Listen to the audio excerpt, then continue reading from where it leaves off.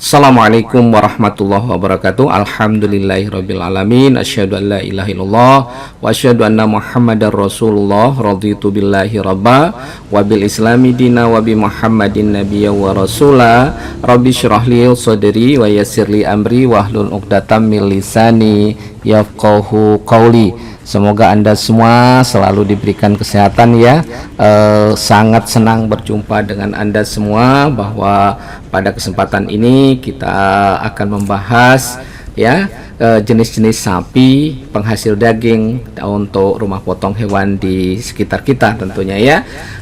Kita akan bahas satu demi satu, mudah-mudahan ini akan bermanfaat bagi kita semua tentunya, untuk meningkatkan bagaimana hasil nantinya atau produk hewani atau produk daging yang kita dapatkan. Nah, dimulai dari kita ketahui bersama ya, bahwa ada banyak jenis sapi penghasil daging ya. Masing-masing mudah dikenali dari penampakan fisiknya semasa dia masih hidup ya. Ada sapi Madura, ada sapi Bali, ataupun sapi Ongol dan lain-lain. Nah, secara umum tiap jenis sapi dapat menghasilkan daging, namun berbeda mutunya dari satu jenis dengan jenis lainnya. Nah, setelah menjadi daging, ciri-ciri jenis sapi asal daging itu tidak mudah lagi untuk dikenali, padahal mutu dagingnya berbeda-beda ya. Kita tahu kalau daging untuk kebutuhan hotel misalnya, atau rumah makan, ataupun beberapa ini ya, terutama rumah makan dari luar ya, itu membutuhkan persyaratan tertentu. Kadang-kadang tidak masuk mutu daging kita itu ya, yang terutama yang lokal. Nah, dengan demikian sangat penting mengenal jenis sapi sebagai salah satu parameter mutu dagingnya nantinya ya. Nah, sapi penghasil daging di Indonesia secara umum dapat dikelompokkan menjadi beberapa tipe, yaitu sapi lokal ya, atau local type ya, kemudian sapi pedaging atau meat type, dan sapi perah atau dairy type ya. Nah, di dalam ketiga golongan itu terdapat juga sapi peranakan atau turunan silang ya, dan sapi impor. Nah, kesemuanya menyebabkan makin luasnya variasi bentuk dan mutu komoditas daging yang ada di Indonesia ya.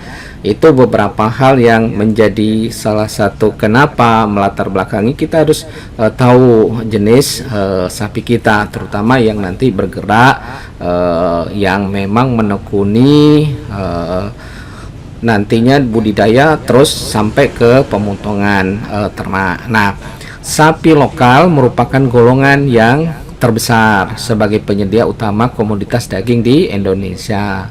Nah, sebagai penghasil daging, sapi lokal terdiri atas 3 jenis yang utama, yaitu biasanya ada sapi Bali, kemudian sapi Madura, ataupun sapi Ongol atau peranakan Ongol ya.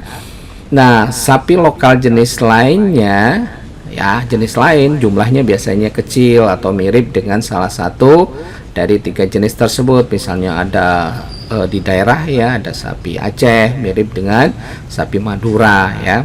Kemudian di lokal di Bengkulu itu ya sudah habis ya dulu, kemungkinan itu adalah adanya sapi Kaur, tapi terjadi persilangan ya, kemungkinan itu sudah enggak ada lagi ya sapi-sapi lokal, karena sudah disilang-silangkan, akhirnya secara genetik atau plasma nutfah kita itu menjadi ya hilang nantinya ya.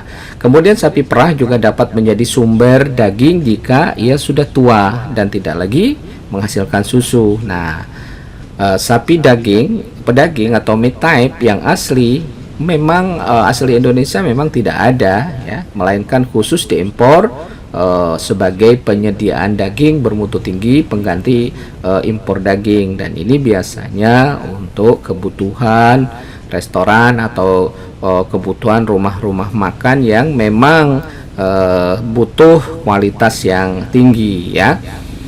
Nah, Indonesia juga mengimpor sapi untuk tujuan pemulihan mutu ternak.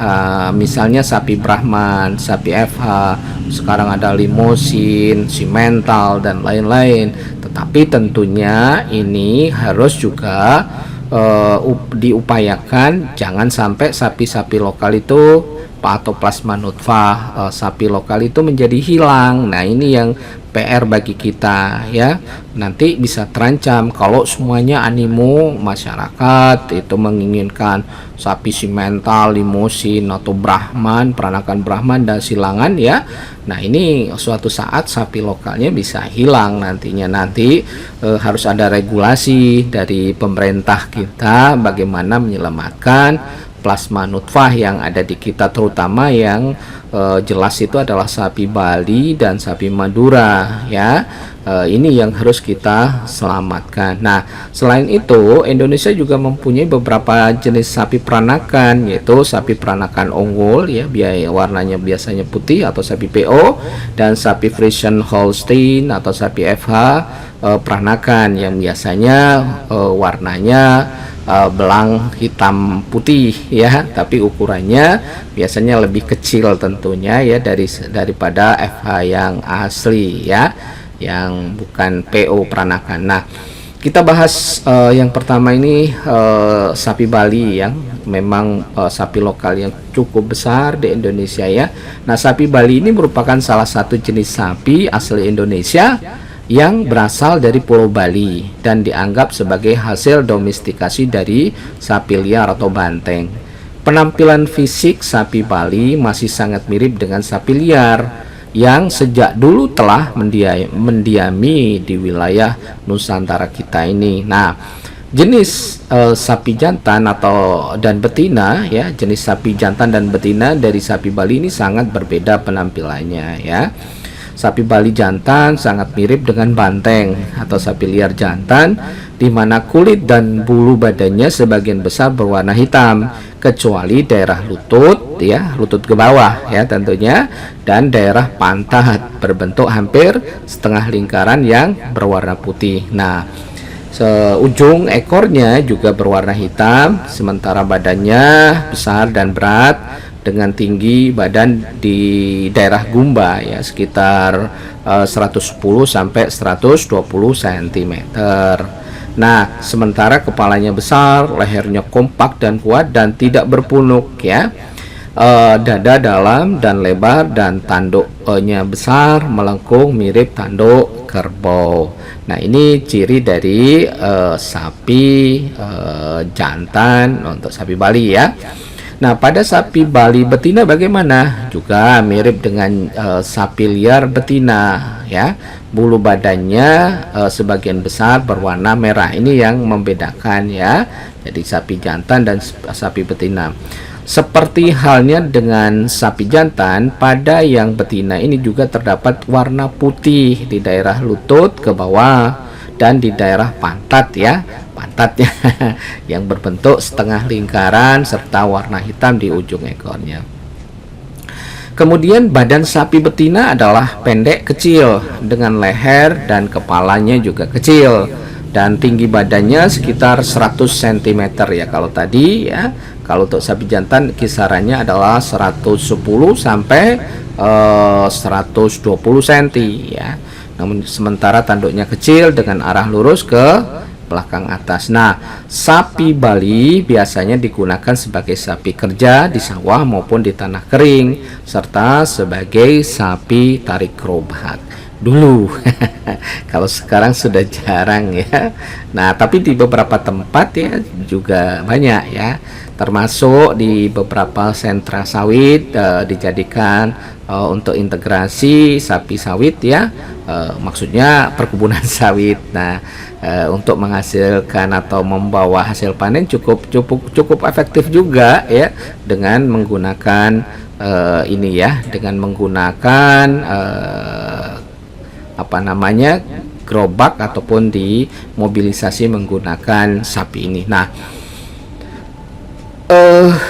di samping di Pulau Bali ya, memang asalnya karena daya adaptasinya yang bagus, yang kuat ya, sapi Bali sekarang sudah telah tersebar kemana-mana, hampir di seluruh wilayah Indonesia, terutama di Nusa Tenggara Barat, Nusa Tenggara Timur, Jawa Timur, Sulawesi Selatan, termasuk Sulawesi Utara dan Sumatera ya, sudah menyebar kemana-mana, termasuk juga Kalimantan ya tentunya. Nah, Sumatera Selatan, Lampung juga, pokoknya semuanya deh ya, hampir semuanya dia menyebar. Nah, pada sapi Bali, peletakan dagingnya umumnya cukup tebal, kompak dan padat, berlemak sedikit, dan mutu dagingnya sedang sampai bagus ya. Berikutnya adalah sapi Madura. Sapi Madura adalah juga sapi asli Indonesia yang berasal dari Pulau Madura. Maaf, agak batuk ya. Namun ada yang menganggap sapi ini sebagai hasil silang dari sapi liar dengan sapi pendatang dari luar. Nah, penampilan jenis yang jantan dan yang betina tidak terlalu mencolok ya, bedanya di mana keduanya mempunyai warna kulit merah bata ya, atau merah coklat merah coklat muda, sementara badannya kecil dan kakinya pendek. Kulit di daerah pantat warnanya lebih muda atau agak keputihan ya gambarannya. Nah, sapi Madura jantan lebih besar badannya daripada sapi betina. Sapi jantan berpunuk sedang ya, bedanya dengan sapi Bali tadi, dan bertanduk kecil ya, pendek mengarah ke samping luar.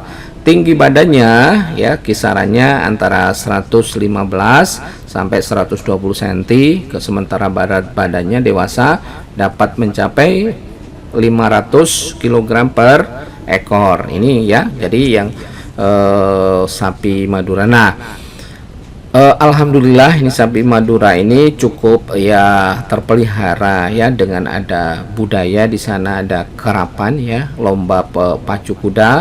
Banyak yang menggemari, dan secara tidak langsung mereka melakukan seleksi ya terhadap bibit-bibit yang unggul, termasuk di situ adalah lomba sapi sonok ya, lomba sapi hias. Ini juga bisa mendukung bagaimana pelestarian plasma nutfah yang ada di Madura ya. Ini yang seperti ini diharapkan bisa terus dilanggengkan, dilestarikan supaya sapi-sapi kita memang lestari. Walaupun kita butuh sapi yang besar dengan kualitas bagus, tapi tetap sapi kita harus ada ya, jangan sampai kita musnah, dan itu sulit sekali untuk mengembalikannya. Nah, sapi Madura yang betina badannya kecil, tidak berpunuk, kakinya kecil, tanduknya juga kecil dan mengarah ke samping. Sementara tinggi badan sapi betina ini ya sekitar 105 atau 110, dan berat badannya kisarannya ya pada sapi dewasa sekitar 150 sampai 200 kg per ekor. Jadi sapi jenis Madura ini adalah sapi asli yang paling luas ya, termasuk tadi hampir sama dengan sapi Bali tentunya ya. Di samping terdapat di Pulau Madura, ia juga tersebar di Pulau Jawa, terutama Jawa Timur, kemudian Sulawesi Selatan, Aceh, Kalimantan, Sumatera Selatan, dan Lampung. Sapi Madura biasanya digunakan untuk kerja untuk di tanah kering, karena memang di daerah Madura itu kan daerahnya kering. Biasanya sebelum musim penghujan, tanah atau lahan pertanian di sana sudah dibajak menggunakan sapi ini ya, sapi Madura ini ya. Termasuk digunakan juga untuk menarik gerobak, tapi ini sudah terbatas ya.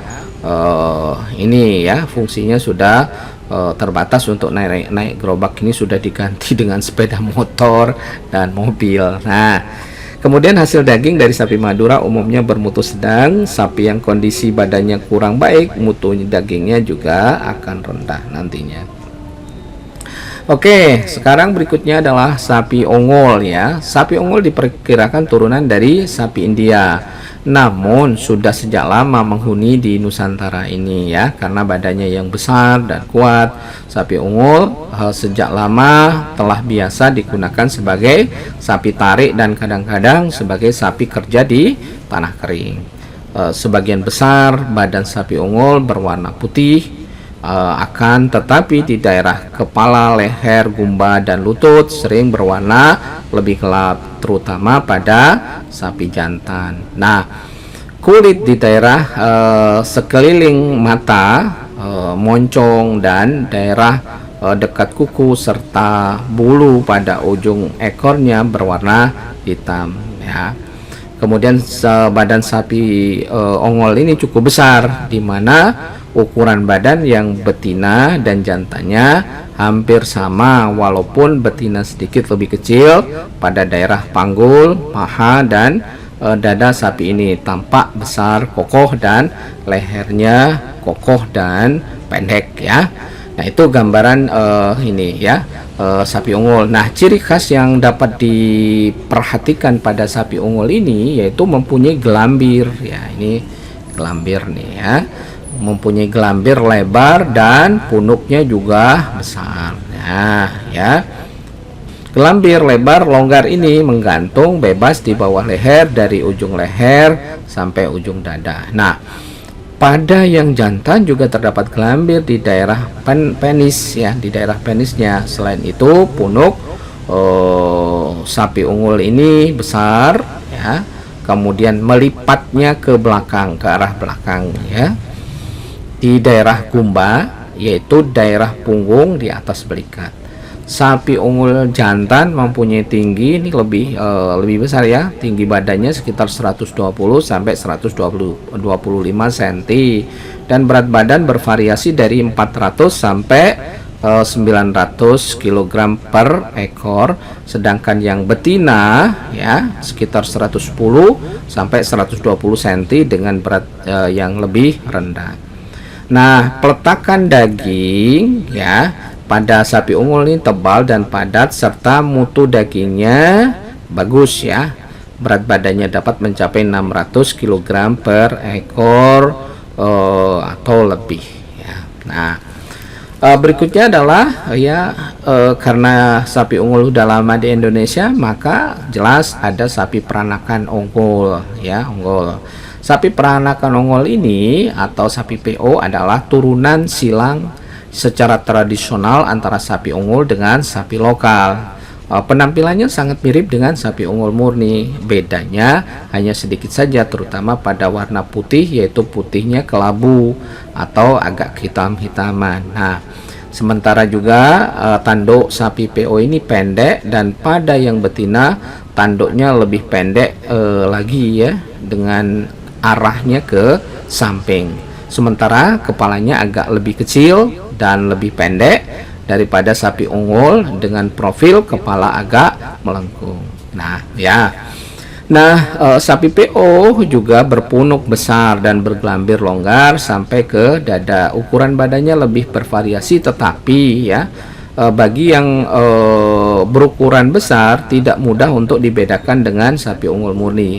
Peletakan dagingnya tebal dan mutu dagingnya juga termasuk bagus ya, cukup bagus ya untuk sapi unggul. Nah, berikutnya lagi ini sapi Brahman ya, yang banyak di sekitar ini ya. Sapi Brahman jelas berasal dari India, jenis lokal yang sudah diturun temurun di Indonesia, dan ada jenis impor yang belum lama didatangkan untuk pemuliaan atau untuk pembibitan. Sapi Brahman lokal sangat mirip dengan sapi unggul, tetapi juga biasa digunakan sebagai sapi tarik. Bentuk badannya, ukuran dan warna kulitnya sangat mirip dengan sapi unggul. Perbedaannya ialah bahwa sapi Brahman tidak ada tanduk ya, tanduknya tidak ada nih, ya. Kalau sapi unggul tadi bertanduk ya. Nah, perbedaan lainnya terletak pada warna kulit. Kadang-kadang berbecak ya, kemerahan di daerah tertentu, misalnya yang di daerah paha misalnya. Kemudian sapi Brahman impor di negara asalnya kadang-kadang sudah bercampur darah dengan jenis lain dan mempunyai tanduk panjang melengkung ke depan seperti banteng, aduan atau matador ya. Nah, sapi ini biasanya digunakan untuk pemuliaan dan sangat bagus untuk peningkatan mutu sapi tipe pedaging, untuk upgrade ya.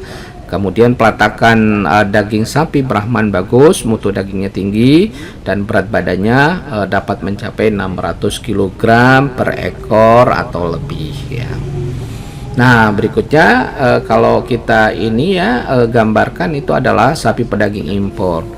Dalam program pengembangan pariwisata dan untuk melayani kebutuhan hotel, restoran, ya, rumah makan bertaraf internasional, maka diperlukan daging bermutu sangat tinggi. Nah, kemudian kebutuhan akan daging ini, ya, yang mutu tinggi ini, karena tidak dapat dipenuhi dari sapi lokal, maka didatangkanlah daging impor yang bermutu tinggi yang hanya dapat dihasilkan dari sapi jenis pedaging atau meat type ya.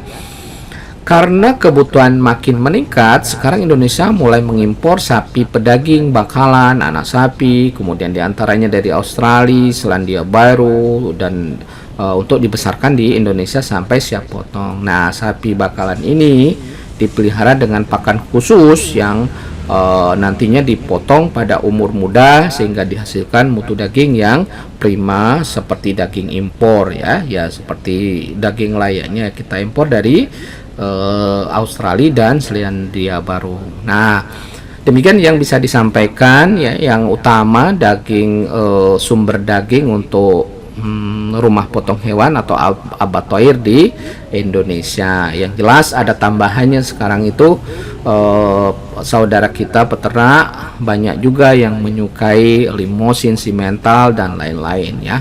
Demikian semuanya ya, salam sehat semuanya, salam bahagia, tetap semangat, nasrum minallah wa fatun qarib. Wassalamualaikum warahmatullahi wabarakatuh.